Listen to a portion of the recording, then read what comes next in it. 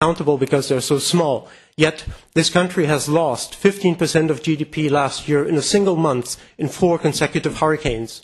And this situation is only going to get worse. Clearly, it's an area where global social justice is called for. If you invested 20% of the infrastructure budgets for water and roads in developing countries in labor-based methods that can be undertaken by the communities that are affected, you could create well over 100 million jobs. I wonder how much the Commission is doing in this area, in its own development work.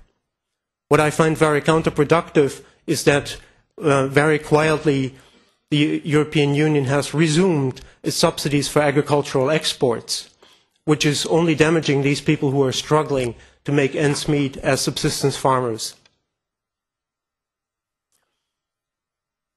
You can target green jobs, and you can target measures for greening economies to help those who need them most, and you can also do that in the face of an economic crisis that is quickly turning into perhaps a major depression. This example here is the Korea Green New Deal, which was announced last month by the President of Korea. It's a $38 billion package to create around 1 million jobs, and it has been targeted to deal with environmental problems, cleaning up 4 major rivers, creating clean transport ways, investing in reforestation and in energy conservation, and it works across the country in rural and in urban areas. Something that I think we are certainly at fault with is that there are skills gaps standing in the way of the development of green economies and of creation of green jobs, and in helping people who need to transit from what you could call a black or a brown job to a green one. There are major skills gaps in all countries and in most green job areas, and they also mean that the technology that is in principle available cannot be used effectively. There's a major untapped potential that is in the hands of employers and workers and the ministries of labor and the labor inspectorates who deal with them, which is greening workplaces. Here's an example of a copper smelter that was actually saved by a joint management labor scheme to reduce its horrific emission levels, and it was threatened by closure if they couldn't clean up their act, so they did. But there is very little that is happening. We could easily meet the Kyoto targets if we did it workplace by workplace, but we're looking at technological fixes mostly. Now, on balance, this greening of economies should lead to a net gain in jobs. Active climate and environmental policies are not job killers. There is large potential in developing countries and in emerging economies, and it could lead to a totally different development path if we could shift in this direction. Greening of economies and green jobs can be an effective part of economic stimulus packages. If you're not convinced, just consider the alternative. And it is obvious, and you can see that happening in a lot of places, that inaction is a sure way of massively destroying jobs and income. The question is only when.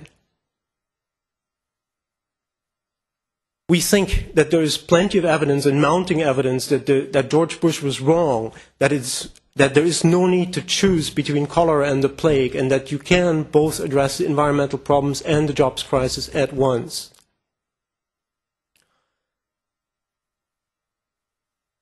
But something that we are not doing, and something where research is so far only helping very little, is that we need to prepare for change and we need to guide this change. If we follow the default patterns, they will reproduce the social injustices and the same environmental problems that we've had in the past. We can anticipate this change because we understand climate change and we are currently making the legal framework to deal with it. So both the phenomenon itself and the policy measures that we are putting in place are in our hands intellectually, or even with the ability to shape them. So we can do this in a way that is pro-poor and that creates decent jobs and that provides fair transitions for those who are negatively affected. But we do need coherent policies, and the current, I mentioned the example of the agricultural policies and the exports of the European Union. You can quote you can cite the examples of the regional policies, of sectoral policies. They are often at cross purposes, and they perpetrate an ultimately unsustainable development model. We do need targeting in order to get pro-poor outcomes and to get just transitions.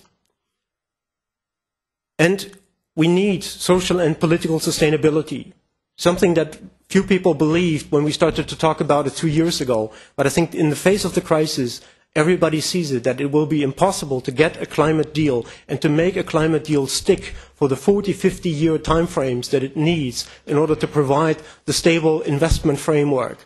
That if it is not socially and politically sustainable, it will not hold up.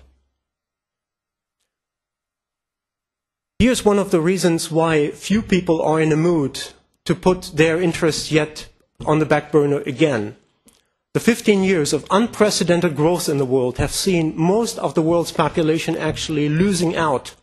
The labor share and the share of income, of national incomes that goes to working people has been falling all over the world. In this graph, you have the OECD countries and you have Asia. You can take the same graph for other parts of the world, and the picture is always the same.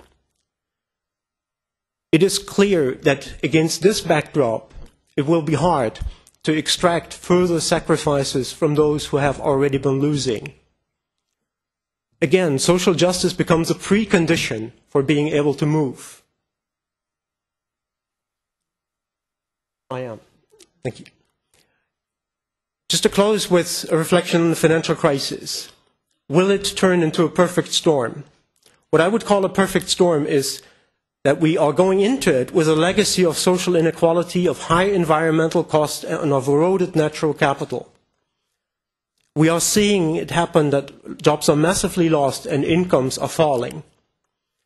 The stimulus packages that are now being put in place and the costs, if they are spent to reboot an unsustainable economy, then we are going to see a further run on natural resources, and we are leaving that crisis, if we manage to put it behind us in 3, 4, 5, maybe 10 years' time, with governments and future generations saddled with debt that was acquired by mobbing up the cost of a financial speculation and by investing in something that is unsustainable. Now, is that an inevitable outcome? We think not. We think that crisis is opportunity. And maybe we can take consolation from a quote that I've taken from John Kenneth Galbraith's study on the Great Crash in 1929. An angry God may have endowed capitalism with inherent contradictions, but at least as an afterthought, he was kind enough to make social reform surprisingly consistent with improved operation of the system. So we think that a transformation to sustainable and inclusive economies is possible. Thank you.